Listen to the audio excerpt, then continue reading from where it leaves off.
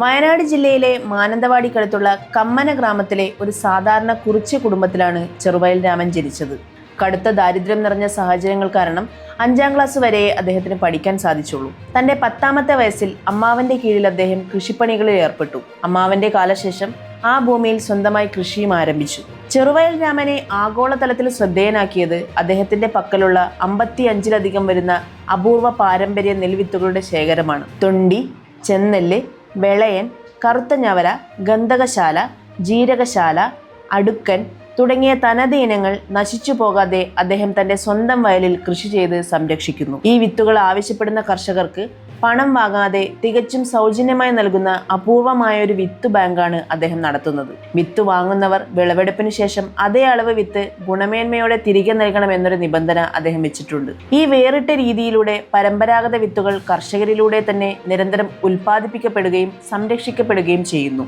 2023 ഭാരത സർക്കാർ അദ്ദേഹത്തിന് രാജ്യത്തെ 4ാമത്തെ ഉയർന്ന സിവിലിയൻ ബഹുമതിയായ പത്മശ്രീ പുരസ്കാരം നൽകി ആദരിച്ചു. 2023 ജനുവരി 25 പ്രഖ്യാപിച്ച ഈ പുരസ്കാരം ഇന്ത്യൻ രാഷ്ട്രപതി ദ്രൗപദി മുർമുവിൽ നിന്നാണ് അദ്ദേഹം ഏറ്റുവാങ്ങിയത്. ഇതിനു മുൻപ് 2016 കേന്ദ്ര കൃഷി മന്ത്രാലയത്തിന് കീഴിലുള്ള അതോറിറ്റി അദ്ദേഹത്തിന് ദേശീയ പ്ലാൻ ജിനോം സേവിയർ അവാർഡ് നൽകിയിരുന്നു. അന്നത്തെ കേന്ദ്ര കൃഷി മന്ത്രി രാധാമോഹൻ സിംഗിൽ നിന്നാണ് അദ്ദേഹം ഈ പുരസ്കാരം സ്വീകരിച്ചത്. കൂടാതെ 2022 ഓഗസ്റ്റിൽ തദ്ദേശീയ പാരമ്പര്യം സംരക്ഷിക്കുന്നവർക്കായി കേരള സർക്കാരിന്റെ സാംസ്കാരിക വകുപ്പ് നൽകുന്ന പ്രശസ്തമായ PK കാളൻ പുരസ്കാരവും അദ്ദേഹത്തെ തേടിയെത്തി.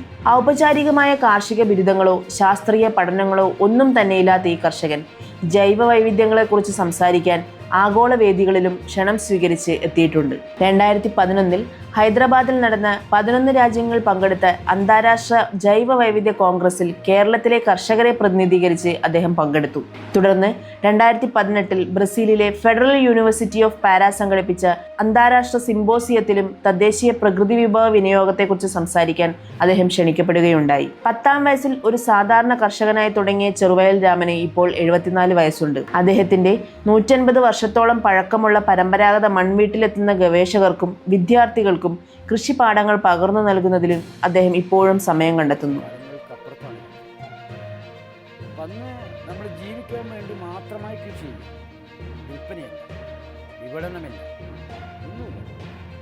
നമ്മളെ കുടിയിൽ വലിയ കൂട്ടുകുടുംബമാണ്. 10-100 ചില്ലാനോ അംഗങ്ങളുള്ള വലിയൊരു ആയിട്ടുള്ള കൂട്ടുകുടുംബം ജീവിക്കുന്ന. പിന്നെ മുഖ്യ തൊഴിൽ ഞാൻ നേരത്തെ പറഞ്ഞ പോലെ കൃഷിയാണ്. മാത്രമല്ല കന്നുകാലികളുണ്ടാവും, നാടൻ കന്നുകാലികൾ. ഏകദേശം ചില കുടുംബത്തിലൊക്കെ 10, 200, 300, 400 എണ്ണം കന്നുകാലികളുണ്ട്. അപ്പം അങ്ങനെ കന്നുകാലി ഈ കൃഷിയുമായിട്ടാണ് ഞങ്ങളുടെ ജീവിതം തുടങ്ങുന്നത്. ഞങ്ങളുടെ തുടക്കതാണ് അങ്ങനെയാണ് വരിക. വിൽപ്പനയല്ല, സ്വന്തം കൃഷി ചെയ്യുക, എല്ലാവരും കൂട്ടമായി കൃഷി ചെയ്യുക, കൂട്ടമായി കൂടുക, കൂട്ടമായി ഭക്ഷണം കഴിക്കുക.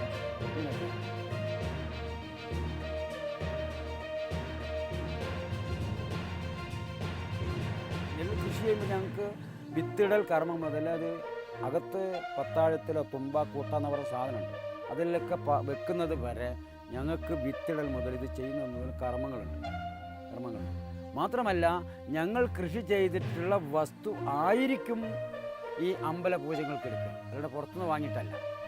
മനസ്സിലായില്ലേ? അപ്പം അതുകൊണ്ട് തന്നെ ഈ ഞങ്ങളുണ്ടാക്കുന്ന കൃഷി അശുദ്ധമാകാതെ കൃഷി ചെയ്ത് ഞങ്ങൾ ദൈവത്തിന് വെച്ചു കൊടുക്കും. അപ്പം അതുകൊണ്ട് പുറത്തുനിന്ന് ഒരു വസ്തു മേടിച്ച് ഞങ്ങൾ അമ്പലത്തിൽ പൂജക്കാരും. അപ്പോൾ അതാണ് ആ കൃഷി പാരമ്പര്യമായി ഞങ്ങൾ തുടരുന്നത്.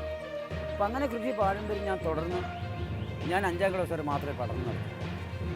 എന്നിരുന്നാലും എനിക്ക് 1969 ഈ എംപ്ലോയ്മെൻ്റ് ഒരു ജോലി കിട്ടിയതായിരുന്നു. ആസ്പത്രിയിൽ വാർഡനായിട്ട് എംപ്ലോയ്മെൻറ്റ് കണ്ണൂരാണ് കിട്ടിയത്, മറ്റു ജില്ലയിലാണ്. അപ്പം ഞാനിത് അമ്മാവനോട് പറഞ്ഞപ്പം അമ്മാവൻ 3 തവണ ചോദിച്ചിട്ട് മിണ്ടിയില്ല. 3ാമത്തെ തവണയാണ് പറഞ്ഞത്. എന്നോട് അമ്മാവൻ പറയുകയാണ്, എടോ രാമ, ഇവിടെ ഇപ്പം 10-40 ഏക്കർ ഭൂമിയുണ്ട്, ഏകദേശം 10-60 ഇനം നാടൻ കന്നുകാലികളുണ്ട്, അത്യാവശ്യം എഴുതും വായനയും പഠിച്ച ആളുന്നെയാണ്. ഇതൊന്ന് മാനേജ്മെൻറ്റ് ചെയ്യാൻ ആരൊക്കെ പറ്റുക? താനല്ലേ പറ്റുള്ളൂ. അപ്പം അങ്ങനെ ഈ ജോലിക്ക് പോയി കഴിഞ്ഞിട്ട് ഇതാരാ മാനേജ്മെൻറ്റ് ചെയ്യുക? അതുകൊണ്ടൊരു കാര്യം ചെയ്യും, നിനക്ക് വേണ്ട എങ്കിൽ നീ ഉപേക്ഷിച്ച് പോയിക്കോ, വേണമെന്നുണ്ടെങ്കിൽ നിന്നോ എന്ന ഒരു മറുപടി കിട്ടി. അപ്പോൾ എനിക്ക് പെട്ടെന്ന് എൻ്റെ മാനസികമായിട്ട് ഭയങ്കര എന്തോ ഒരു വേദന ചങ്കിൽ തട്ടിയപ്പോൾ ശരി എന്താ പിന്നെ ജോലി വേണ്ട. അങ്ങനെ ജോലി ഞാൻ രാജിവെച്ച് എഴുതി കൊടുത്തു. പിന്നെ ഞാൻ 10 വയസ്സ്, അപ്പം ഞാൻ ഈ 10-15 വയസ്സ് കേട്ടോ, അത് 16-18 വയസ്സിലായി ജോലി കിട്ടും കേട്ടോ. അപ്പോൾ 10 വയസ്സ് മുതൽ ഞാൻ കൃഷിപ്പണി തന്നെയാണ്. അന്ന് സ്കൂളിൽ പോകുമ്പോൾ നമ്മൾ ആദ്യം കൃഷിപ്പണിയും പാടത്തൊക്കെ പോയിട്ട് സ്കൂളിലൊക്കെ പോകുക, അല്ലാണ്ട് ചടപടാന്ന് മേടിച്ച് ഓടുകയല്ല. അന്ന് അവരെ കൂടെയൊക്കെ പോയിട്ട് കന്നുകാലി ഇറക്കിയിട്ടും വയലേലുകളിലും പറമ്പിലൊക്കെ നടന്ന് നോക്കിയിട്ടാണ് സ്കൂളിൽ പോവുക.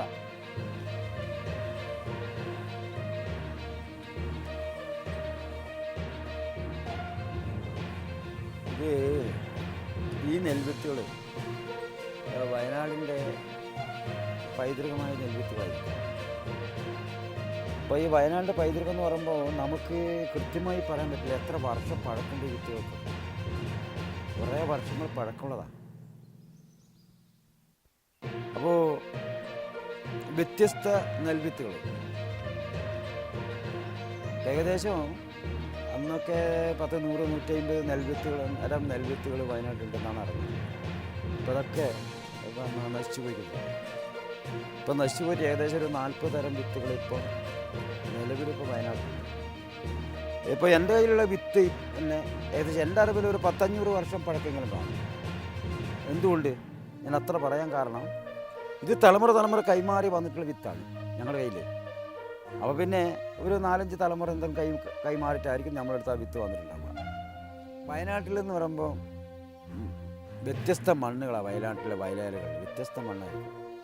അപ്പം മണ്ണിനനുസരിച്ചിട്ടുള്ള വിത്തുകൾ ഇറക്കണം എന്ന് പഴമക്കാർ അങ്ങനെ പറയാറുള്ളത്.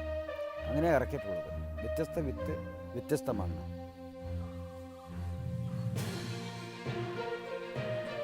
അപ്പോൾ അമ്മാവൻ ഞാൻ അന്നേരം ആ കാലഘട്ടത്തിൽ ഒരു 5-6 തരം നെൽവിത്തുകൾ, പൈതൃക നെൽവിത്തുകൾ ഉണ്ടായിരുന്നു അമ്മാവൻ്റെ വീട്ടിൽ.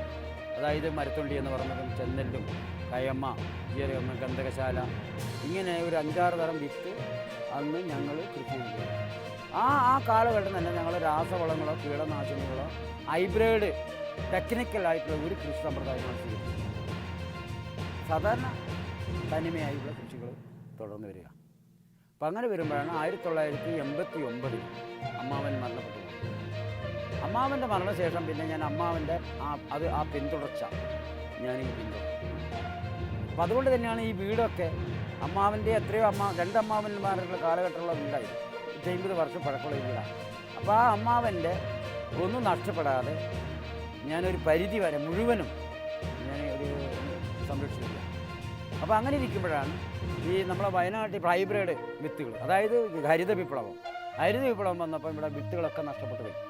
എല്ലാ വിത്തുകളും ജനിതക മാറ്റം വരുത്തിയ എല്ലാ വിത്തുകളും, പച്ചക്കറി വിത്തുകൾ, അതുപോലെ തന്നെ ഞാൻ നേരത്തെ പറഞ്ഞ പോലെ പിന്നെ കരകൃഷിയിലെ വിത്തുകൾ ഒക്കെ നമ്മളെല്ലാവരും വലിച്ചെറിഞ്ഞു, എല്ലാം നഷ്ടപ്പെടുത്തി. കാരണം വെച്ചാൽ ഹൈബ്രിഡ് കൂടുതൽ ഉൽപ്പാദന ശേഷിയുള്ള നെല്ലും വിത്തുകളും, പലതരം വിത്തുകൾ, പച്ചക്കറിയും അതുപോലെ തന്നെ വിത്തുകൾ വന്നപ്പോൾ നമ്മളെ പൈതൃകമായ എല്ലാ വിത്തുകളും ഓരോരുത്തർ കളയാൻ തുടങ്ങി. ഞാൻ കളഞ്ഞില്ല, എൻ്റെ കയ്യിലുള്ള വിത്ത് ഞാൻ കളഞ്ഞില്ല, അത് ഞാനിങ്ങനെ സൂക്ഷിച്ചു. പിന്നെ മാത്രമല്ല രാസവളങ്ങളും കീടനാശിനികളും ഒഴിവാക്കി. അങ്ങനെയുള്ള അമ്മാവൻ്റെ കാലഘട്ടം പിന്നെ ഞാൻ ഈ വിത്തുകൾ തുടർന്നു. അമ്മാവൻ്റെ പൈതൃകങ്ങളും മറ്റു കാര്യങ്ങളും തുടർന്നു കൊണ്ടുപോകുന്നു. പിന്നെ വിത്തുകൾ നഷ്ടപ്പെട്ടെന്ന് തോന്നുന്നതിന് ശേഷം ഞാനും ചെയ്തു, വയനാടിൻ്റെ വിവിധ ഭാഗങ്ങളിൽ കിട്ടാവുന്ന വിത്തുകൾ കളക്ട് ചെയ്തു. ഈ നഷ്ടപ്പെടുത്തുന്ന ആളെ എടുത്ത് പോയി ചോദിച്ചു വേണ്ടെങ്കിൽ കണ്ടിട്ട് ഞാൻ കൊണ്ടുപോയി കൃഷി ചെയ്തോളാം എന്നും പറഞ്ഞിട്ട് അങ്ങനെ വിത്തുകൾ വയനാടിൻ്റെ വിവിധ ഭാഗങ്ങളിൽ പോയി വിത്ത് കളക്ട് ചെയ്തു. ഏകദേശം ഒരു 39ഓളം വിത്ത്, പൈതൃകമായിട്ടുള്ള 39ഓളം വിത്ത് കളക്ട് ചെയ്തു. അപ്പോൾ ഈ കൂട്ടത്തിൽ ഞാൻ ഈ വിത്തുകളൊക്കെ കൃഷി ചെയ്യാൻ പറ്റും. കൃഷി ചെയ്യുമ്പോൾ കൂടുതലൊന്നുമല്ല, ഒരു 2 സെൻറ്റ് 3 സെൻറ്റ് വെച്ച് ഓരോ വിത്തുകളും നഷ്ടപ്പെടാതിരിക്കാൻ വേണ്ടി മാത്രം. വിൽപ്പനയല്ല, ഇത് മറ്റ് വിദേശ രാജ്യങ്ങൾ അല്ലെങ്കിൽ ആർക്കും കൈമാറ്റം കൊടുക്കാനല്ല, ആർക്കും കൈവിട്ട് കൊടുക്കാനല്ല, പിന്നെ ഇതൊരു വിൽപ്പന ചരക്കാക്കി കാണാൻ വേണ്ടിയല്ല, ഇതിൽ നിന്നൊരു ലാഭം ഉണ്ടാക്കാൻ വേണ്ടിയല്ല, ഒന്നുമല്ല. ഇത് നിലനിർത്തുക എന്നുള്ളത്. ഇത് കളയാൻ പാടില്ല. നമ്മളൊരു പൈതൃകങ്ങൾ പരമാവധി സംരക്ഷിക്കണം. നമുക്ക് പ്രകൃതിയുടെ വിത്തുകളാണ്, ഇത് നിലനിർത്തണം. മാത്രമല്ല രാസവളവും ഹൈടെക് കൃഷി ഒരു പരിധി വരെ നമുക്ക് ദോഷമുണ്ടാക്കും. തനതായിട്ടുള്ള നെല്ലെന്ന് പറയുമ്പോൾ അതിനൊരു മീഡിയം വിളവ് വരിക, ഓവർ വരില്ല.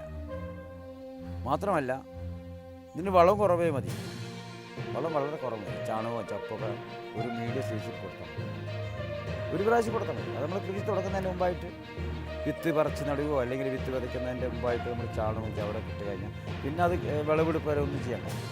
കള വരുന്നുണ്ട്, കളറിന് എടുത്തു കൊടുത്താൽ മാത്രമേ. അങ്ങനെയുള്ള പ്രത്യേകതയും കൊണ്ട് പിന്നെ മാത്രമല്ല കേടിൽ നിന്നൊക്കെ പ്രതിരോധിക്കേണ്ട കഴിവും ഈ നെൽവിത്ത് വരും. അതുകൊണ്ട് തന്നെ കേട് വളരെ കുറവാണ്.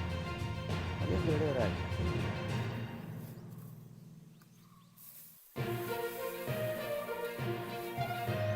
ഓരോന്നിനൊക്കെ വ്യത്യസ്ത ഗുണങ്ങളും ഒക്കെ ഉണ്ട്.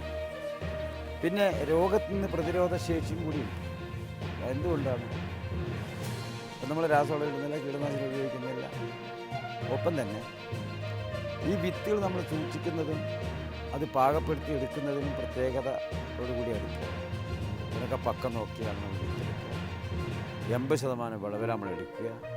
വിത്ത് പ്രത്യേകമായി സെലക്ഷൻ നടത്തി കൊണ്ടുവന്ന് അത് കൊഴിച്ച് ഈ മൺതറയിലിട്ട്, ചാണകം മെഴുകി മൺതറയിലിട്ട് ഒരു 7-10 ദിവസം രാത്രിയും പകലും മഞ്ഞും വെയിലും കൊള്ളിച്ച് ഉണക്കി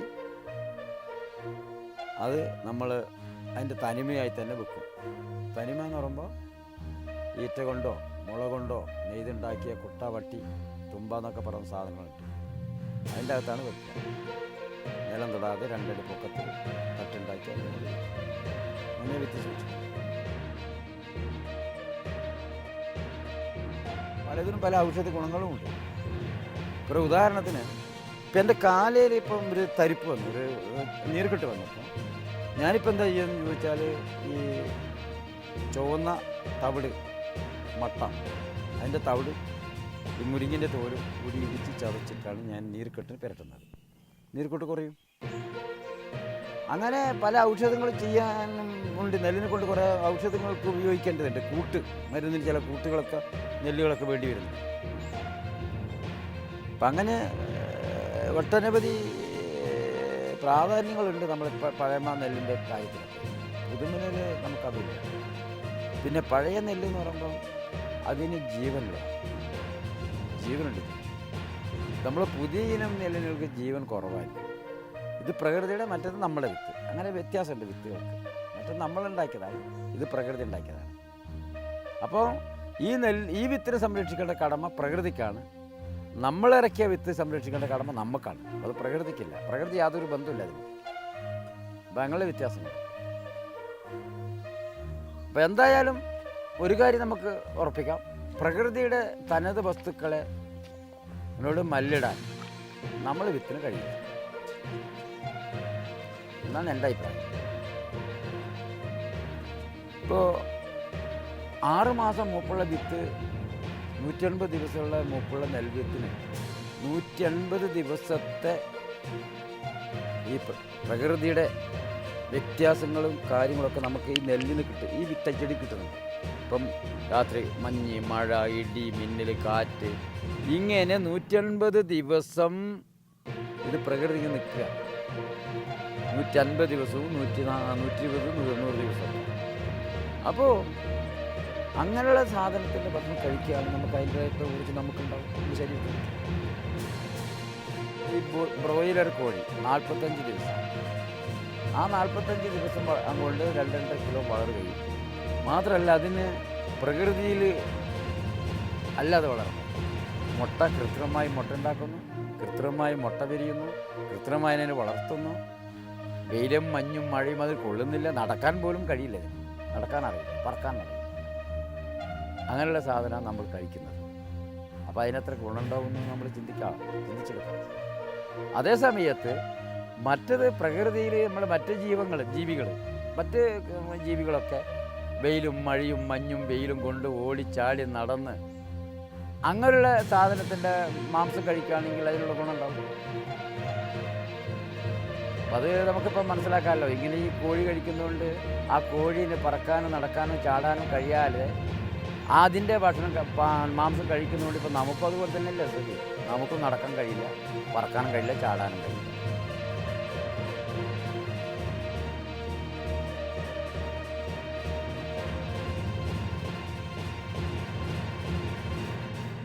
നമ്മളെ മണ്ണ്, നമ്മളെ വെള്ളം, നമ്മളെ ഭൂമി നമുക്ക് തന്നിട്ടുള്ള പ്രകൃതി തന്നിട്ടുള്ള വരദാനങ്ങൾ, പ്രകൃതി തന്നിട്ടുള്ള നമുക്ക് മനുഷ്യർക്ക് അല്ലെങ്കിൽ ജീവജാലങ്ങൾക്ക് ജീവിക്കാൻ ആവശ്യമായി പ്രകൃതി കഴിഞ്ഞിട്ടുള്ള കനവ്, അത് നമ്മൾ അല്ലാതെ പിന്നെ നമ്മൾ താൽക്കാലികമായിട്ടൊരു ജീവിതം നമ്മൾ നയിക്കാതെ ഒരു മുൻ കാഴ്ചപ്പാട്, ഇനി ഒരു 100 വർഷത്തേക്ക് അപ്പുറത്തുള്ള ഒരു കാഴ്ചപ്പാട് നമുക്കിപ്പോഴേ തുടങ്ങി.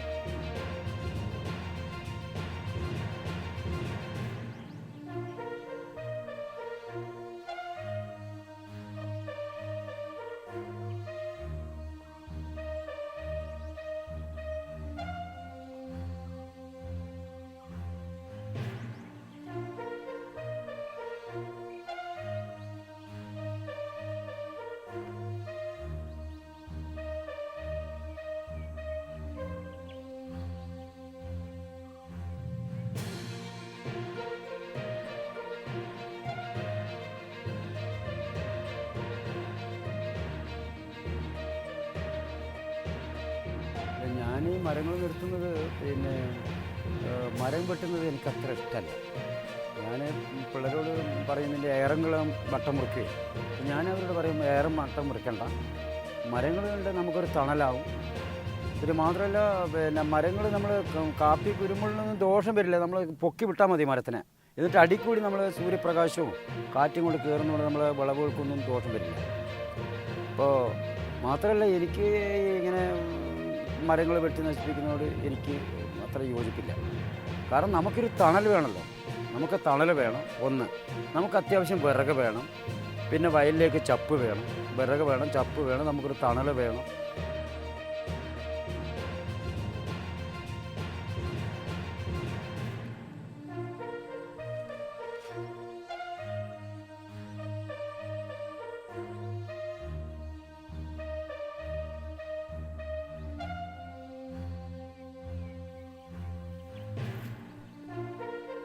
ഇതൊക്കെ ഇടുന്നതിൻ്റെ ഉദ്ദേശം എന്താണെന്ന് ചോദിച്ചാൽ 2 കാര്യം. ഒന്ന്, ഇവിടെ ഭയങ്കര താഴ്ചയുള്ളൊരു വയലാണ്, അരക്കൊപ്പം താഴും. അപ്പോൾ അതിൻ്റെ മുകളിൽ ചവിട്ടി നിൽക്കുക. ഒന്ന്. രണ്ടാമതെന്ന് പറഞ്ഞു കഴിഞ്ഞാൽ ഈ ചപ്പിലേക്കൊരു വളമാവും. അപ്പോൾ ഒരു ഗുണം കൊണ്ട് 2 കാര്യം. ഒരു കാര്യത്തിൽ 2 ഗുണം കൊണ്ടാണ്. ചപ്പിട്ട് വളമാവും.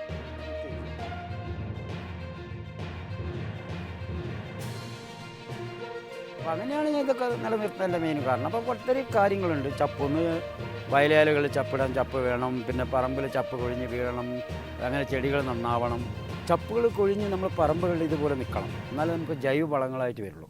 അപ്പോൾ നമ്മളിതൊക്കെ വെട്ടി മാറ്റി കഴിഞ്ഞാൽ ജൈവ വളം നമുക്ക് കിട്ടില്ല. അപ്പോൾ ചപ്പുകൾ കൊഴിഞ്ഞ് വീഴുന്നു. അങ്ങനെ ചപ്പുകൾ കൊഴിഞ്ഞ് വീണുകൾ മഴക്കാലങ്ങളിൽ ഇത് ചീഞ്ഞലിഞ്ഞ് നമ്മുടെ തോട്ടങ്ങൾ നന്നാവും, നല്ല വളം കിട്ടും. പിന്നെ മരങ്ങൾ എന്ന് പറയുമ്പോൾ അതിനൊരു പ്രത്യേക ഒരു ഐശ്വര്യമാണ്. ഇങ്ങനെ മരങ്ങളൊക്കെ നിർത്തി വളർന്ന് കാണുമ്പോൾ ആ മരത്തിൻ്റെ ഇടയിൽ ഒരു വീട് ഒരു ഐശ്വര്യമാണ്. അപ്പോൾ അതുകൊണ്ടാണ് ഞാൻ നിർത്തുന്നതിൻ്റെ ഉദ്ദേശം.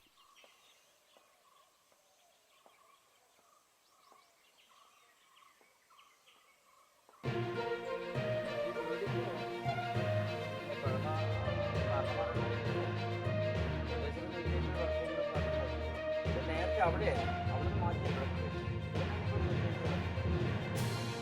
ഇപ്പോൾ വീടിന് സാധനം പറയുമ്പോൾ മുള ആണ് കൂടുതൽ. പിന്നെ ചെറിയ ചെറിയ അടികൾ മുള ഇത് മേഞ്ഞത് ബൈക്കുകൾ,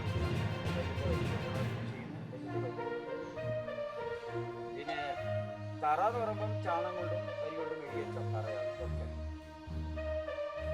ഇത് നല്ലോണം മേയുകയാണെങ്കിൽ 2 വർഷം വരെ പോകും, ഇല്ലെങ്കിൽ എല്ലാ വർഷവും. അതിന് പുല്ലിൻ്റെ വൈക്കോലിൻ്റെ ഈട് പോലെ നല്ല ഈടുള്ള വൈക്കോലാണെങ്കിൽ 2 വർഷം പോകും. ഈട് കുറഞ്ഞതാണെങ്കിൽ ചിലപ്പോൾ 1 കൊല്ലം പറഞ്ഞ് ചിലപ്പോൾ പോകും. പിന്നെ ഇതിൽ ഇതിൻ്റെ ഗുണം എന്താണെന്ന് ചോദിച്ചാൽ, പിന്നെ നമുക്ക് പ്രകൃതിപരമായിട്ടാണ് ഇതുള്ളത്. അതുകൊണ്ട് തന്നെ നമുക്ക് ഇതിൽ ജീവിതം സുഖമാണ്. ചൂട് അതായത് വേനൽക്കാലങ്ങളാണെങ്കിൽ മഴക്കാലങ്ങളിലാണെങ്കിൽ ഈ നഗരത്തിൽ നമുക്ക് എന്നാലും ഏത് കാലമാണെങ്കിൽ നമുക്ക് അത്ര വലിയ ബെഡ്ഷീറ്റൊന്നും വേണ്ട, മുറിക്കാനോ പിന്നെ നമുക്ക് ഫാനിൻ്റെ ആവശ്യമില്ല, ഫാനിൻ്റെ ആവശ്യം നമുക്ക് വരുന്നില്ല, AC-ൻ്റെ ആവശ്യം വരുന്നില്ല, ഒന്നും ആവശ്യം നമുക്ക്. ബൈക്കൊരു മേഞ്ഞ വീട്. രണ്ടാമത് മരങ്ങൾ, ചുറ്റുപാടും മരങ്ങൾ, നല്ല മരങ്ങളുണ്ട്. അപ്പം അതിൽ നിന്നുള്ള ഓക്സിജൻ, വീടിൻ്റെ പ്രകൃതിയുടെ നല്ല ഓക്സിജൻ കിട്ടുമ്പോൾ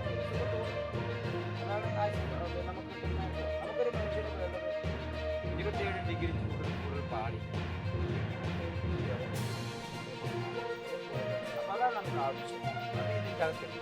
അപ്പം അതുകൊണ്ട് തന്നെ നമുക്ക് ജീവിതത്തിന് ഒരു സുഖം തോന്നും എല്ലാം. അതുകൊണ്ടാണ് ഈ വീടൊക്കെ ഞാനിപ്പോൾ മാറ്റാൻ കഴിയില്ല, ഇതേ വീട് തന്നെ നിലനിർത്തണം എന്ന് ഞാൻ ഉദ്ദേശിച്ചത്.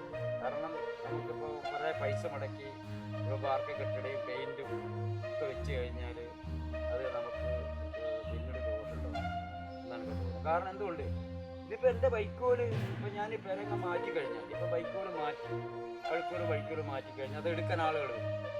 കാരണം തെങ്ങ്, കഴങ്ങ്, ഇഞ്ചി, മഞ്ഞൾ, ചേന, ചേമ്പിനൊക്കെ പൊതയിടാൻ വേണ്ടി ഈ ദ്രവിച്ച വൈക്കോല് എടുക്കാൻ ആളുകൾ ഇഷ്ടം പോലെ വരും.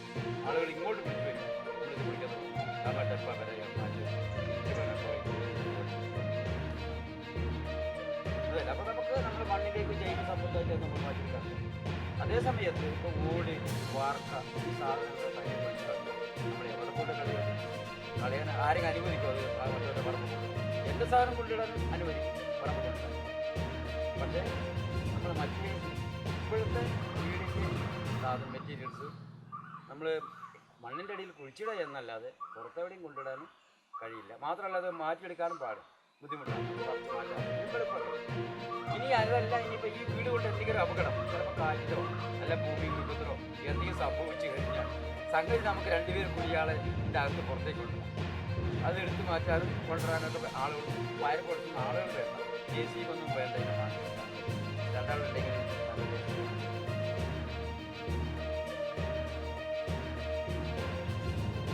കുറച്ച് ബുദ്ധിമുട്ടുണ്ട്.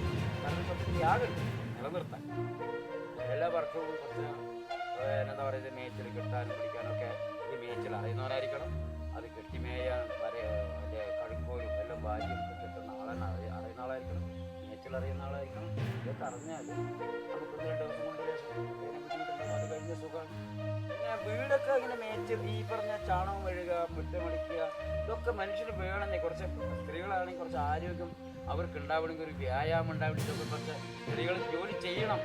എന്നാൽ അവർക്ക് ശരീരത്തിൽ വ്യായാമമുണ്ടോ? ഇതൊന്നും ചെയ്യാതെ പിന്നെ ഈ പറഞ്ഞ ഭക്ഷണം കഴിച്ച് പിന്നെ ടീവിൻ്റെ അടുത്ത് കസേരയിരുന്ന് കഴിഞ്ഞ് അവർ കൊളസ്ട്രോളും കുറച്ച് വ്യായാമം വേണം. കുറച്ച് വ്യായാമം എടുക്കുമ്പോൾ ചെയ്യുന്നത് കുഴപ്പമാണ്. അത് തന്നെ. അപ്പോൾ അതുകൊണ്ടൊക്കെ തന്നെയാണ് ഞാനിങ്ങനെയൊക്കെ ചെയ്യുന്നത്. പണിയൊക്കെ തന്നെ. ചിലപ്പോൾ ഇങ്ങനെ വെറുതെ നിന്ന് ഇരിക്കുക, ടീവിൻ്റെ മുന്നിലിരിക്കുക, അല്ലെങ്കിൽ കഥയും വായിച്ചിരിക്കുക എന്ന് പറഞ്ഞാൽ അത് നാടിനൊരു ശാപമാണ്. മനസ്സിലായില്ലേ?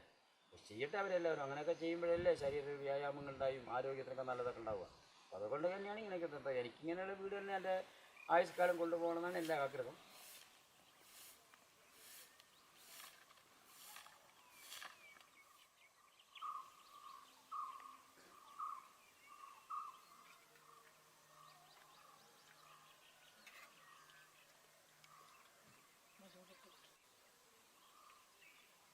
നമ്മൾ പഴമക്കാർ ഭക്ഷണം കഴിച്ചത് വിശപ്പിന് മാത്രമല്ലല്ലോ, ഔഷധവും കൂടിയാണ്.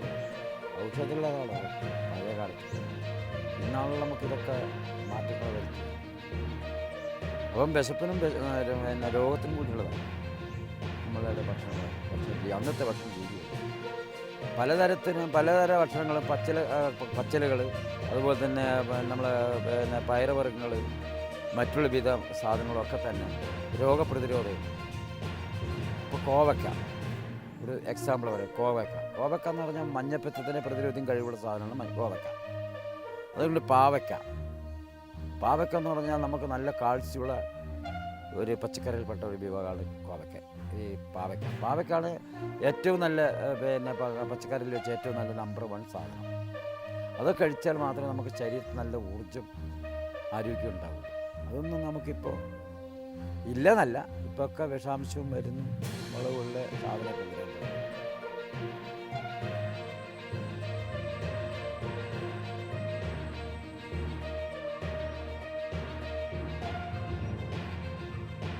ഞാൻ കഴിക്കുന്ന ധാന്യം എന്ന് പറയുന്നത് മണ്ണിന് ജീവനുള്ള ധാന്യങ്ങൾ.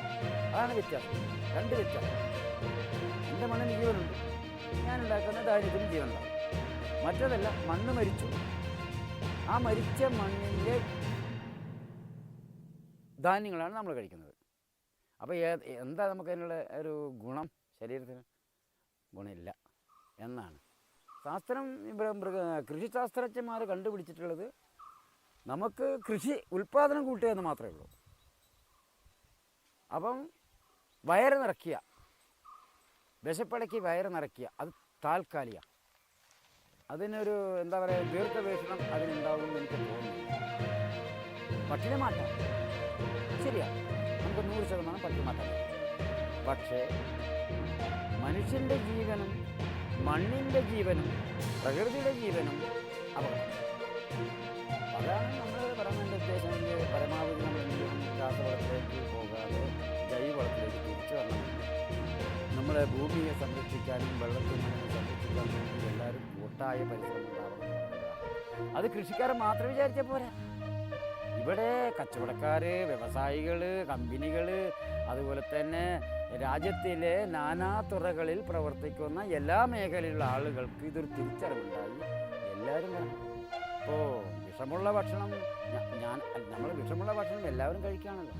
എല്ലാവരും എന്ന് പറഞ്ഞു കഴിഞ്ഞപ്പോൾ ഞാൻ ചോദിക്കട്ടെ, നമ്മൾ ഇന്ത്യൻ പ്രസിഡന്റ് കഴിക്കുന്നുണ്ട് വിഷഭക്ഷണം, പ്രധാനമന്ത്രി കഴിക്കുന്നുണ്ട് വിഷഭക്ഷണം, നമ്മൾ മിലിറ്ററിയിലെ യുവാക്കളും യുവതികളും കഴിക്കുന്നുണ്ട് വിഷഭക്ഷണം. മനസ്സിലായില്ലേ? അപ്പം നമ്മളെ രാജ്യത്തെ ഒരു കരുത്തുറ്റ രാജ്യമാക്കണമെങ്കിൽ കരുത്തുറ്റ ജനത ഉണ്ടാവണം. കരുത്തുറ്റ ജനത ഉണ്ടാവണമെങ്കിൽ കരുത്തുറ്റ ഭക്ഷണം നമ്മൾ കഴിക്കും.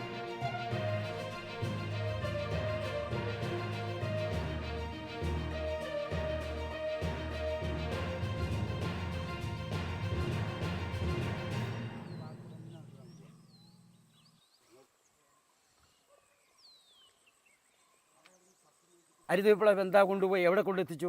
ദാരിദ്ര്യം തീർന്നോ? ഇല്ല. മുഴുവനും വിപ്ലവം പോലെ തന്നെ രോഗവിപ്ലവമായി മാറി. രോഗം എന്നൊരു വിപ്ലവമായി മാറി. ഏത് വീട്ടിൽ ചെന്ന് നോക്കിയാലും ക്യാൻസർ, വൃക്ക രോഗം, ക്യാൻസർ രോഗം, പ്രമേഹം, പ്രഷർ, സൈഡ് തളർന്ന് വീഴുക, തലയ്ക്ക് ട്യൂമർ ബാധിക്കുക, മാത്രമല്ല ജനിക്കുന്ന കുഞ്ഞുങ്ങൾ പിന്നെ ഒരു യഥാർത്ഥ ശിശുവിനെ ജനിക്കാൻ കഴിയുന്നില്ല. എന്തെല്ലാം ആണ് നമുക്കുള്ളത്. ഇപ്പോൾ നമുക്കത് മാത്രമല്ല, ഇപ്പോൾ പ്രകൃതിയിൽ എത്ര തരം മാലിന്യങ്ങളാണ് ഉള്ളത്. അപ്പോൾ ഇതിൽ നിന്നൊക്കെയാണ് നമുക്ക് നല്ലൊരു ഓക്സിജൻ കിട്ടേണ്ടത്. എവിടെ നിന്നാണ് ഓക്സിജൻ കിട്ടേണ്ടത്? നമുക്കത് ഓക്സിജൻ കിട്ടണമെങ്കിൽ നല്ല മരങ്ങളും കാടുകളൊക്കെ വേണ്ടേ എന്ന് പറഞ്ഞുകൊണ്ട് ഞാൻ ചോദിക്കട്ടെ, നമുക്ക് ഭൂമിക്കുണ്ട് ഹെയർ ക്ലീൻ. ഭൂമി ഹെയർ ക്ലീൻ ചെയ്യണമെങ്കിൽ ആരാ ക്ലീൻ ചെയ്യേണ്ടത്? നിങ്ങൾക്കോ എനിക്കോ പറ്റുമോ? അത് പ്രകൃതിയാണ് ക്ലീൻ ചെയ്യേണ്ടത്. നമുക്ക് പറ്റില്ല പ്രകൃതിയെ ക്ലീൻ ചെയ്യാൻ. നമുക്ക് പറ്റില്ല പ്രകൃതിയുടെ ഫിൽറ്റർ ഉണ്ടാക്കി കൊടുക്കാൻ നമുക്ക് പറ്റില്ല. കമ്പനിക്ക് വണ്ടിക്ക് ഫിൽറ്റർ ഉണ്ടാക്കി കൊടുക്കുന്ന പോലെ പ്രകൃതിക്ക് ഒരു ഫിൽറ്റർ ഉണ്ടാക്കി കൊടുക്കാൻ കഴിയില്ല. മനസ്സിലായില്ലേ? അപ്പം പ്രകൃതിയുടെ ഫിൽറ്റർ എന്താണ്, പ്രകൃതിയുടെ ഹെയർ ക്ലീൻ എന്താണ്, ഇതൊന്നും നമ്മൾ ചിന്തിക്കാറില്ല. ഇതൊന്നും ചിന്തിച്ചിട്ടല്ല നമ്മളിപ്പോൾ ഈ വികസനം പോയിട്ടുള്ളത്, അല്ലേ? ഇപ്പോൾ റോഡ് വേണം, പാലം വേണം, പിന്നെ 14 നില മാളിക വേണം, ചതുപ്പ് നിലങ്ങൾ നേർത്തണം, ഫ്ലാറ്റ് ഉണ്ടാക്കണം, വ്യവസായം വരണം. ഇതൊക്കെ വന്നു. ആസ്പത്രിയാണെങ്കിൽ കിലോമീറ്റർ. നമുക്ക് ആസ്പത്രിയെല്ലാം ആദ്യം വേണ്ടത്, ആസ്പത്രി വരാതിരിക്കാൻ എന്താ മാർഗം? അത് നമ്മൾ ആദ്യം സ്വീകരിക്കണം. രോഗം വന്ന് ചികിത്സിക്കണം. പക്ഷേ രോഗം വരാതിരിക്കാൻ നമ്മൾ എന്താണ് ചെയ്യേണ്ടത്? അതിനെപ്പറ്റി നമ്മൾ ഗൗരവമായിട്ട് അതിനാണ് ആലോചിക്കേണ്ടത്. കാരണം ഭാവി തലമുറയ്ക്ക് എന്ന് പറഞ്ഞാൽ പോരാ, ഭാവി തലമുറയ്ക്ക് എന്താ രോഗം വരാൻ വേണ്ടി ഒരു ആസ്പത്രി ഉണ്ടാക്കി കൊടുക്കണം വഴി നമുക്ക് അല്ല. ഭാവി തലമുറയ്ക്ക് അങ്ങനെ ഒരു രോഗം ഉണ്ടാക്കാൻ അനുവദിക്കരുത് നമ്മൾ. അതിനുള്ള തന്ത്രം എന്താണ്? അപ്പോൾ ഇന്ന് ചികിത്സയടക്കം കച്ചവടം, അതിന് വരെ പരസ്യം, അല്ലേ? അതിന് വരെ പരസ്യം കൊടുക്കുക ആസ്പത്രിക്കാരൊക്കെ. എന്താ പരസ്യം? 24 മണിക്കൂർ പ്രവർത്തിക്കുന്ന മോർച്ചറിയും 24 മണിക്കൂറും പ്രവർത്തിക്കുന്ന കാഷ്വാലിറ്റിയും, ഏത് രോഗത്തെയും കണ്ടുപിടിക്കാനുള്ള മിഷനുകൾ, ഇതൊക്കെ പരസ്യം കൊടുക്കുക. അപ്പം എല്ലാവരും അങ്ങോട്ടാണ് ഓടുക. അതും വ്യവസായം. ഇന്നെല്ലാം വ്യവസായവൽക്കരണമാണ്, പണം ഉണ്ടാവണം. അതാണ് നമ്മളെ രാജ്യം.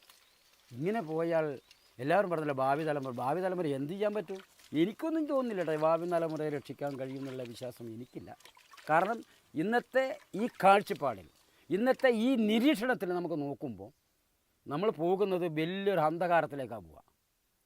മാത്രമല്ല, നമ്മളുടെ കുട്ടികൾക്ക് കഴിക്കേണ്ട വസ്തു എന്താണെന്ന് നമുക്ക് മക്കൾക്കറിയില്ല. പക്ഷികൾക്കറിയാം. പക്ഷികൾ കൂടുകൂട്ടുന്ന പക്ഷികളുണ്ടല്ലോ, അത് പക്ഷികൾക്കറിയാം. പ്രാണികളെ കഴിക്കുന്ന പക്ഷികളാണെങ്കിൽ അവർ പ്രാണികളെ കൊടുക്കും. പഴങ്ങൾ കഴിക്കുന്ന പക്ഷികളുടെ വർഗ്ഗമാണെങ്കിൽ അത് പഴങ്ങൾ കൊടുക്കും. നമ്മൾ കുട്ടി ജനിച്ച് വീഴുമ്പം ടി വി പരസ്യം വെച്ച് ആ സാധനം വാങ്ങിക്കൊടുക്കുക. ടി വിയുടെ പരസ്യം നോക്കിയാണ് സാധനം മേടിച്ച് കൊടുക്കുക പ്രസവിച്ച ഉടനെ. അവിടെ കമ്പനിക്കാർ പറയും ഇന്നത് കൊടുക്കും. അപ്പോൾ അങ്ങനെയാണ് നമ്മൾ പോവുകയാണ്. നമ്മളെ വിദ്യാഭ്യാസവും അറിവ് കൂടുന്തോറും നമ്മൾ എന്താ പറയുക ഒരു വികൃതമായിക്കൊണ്ടാണ് പോകുന്നുള്ളത് എൻ്റെ കാഴ്ചപ്പാട്.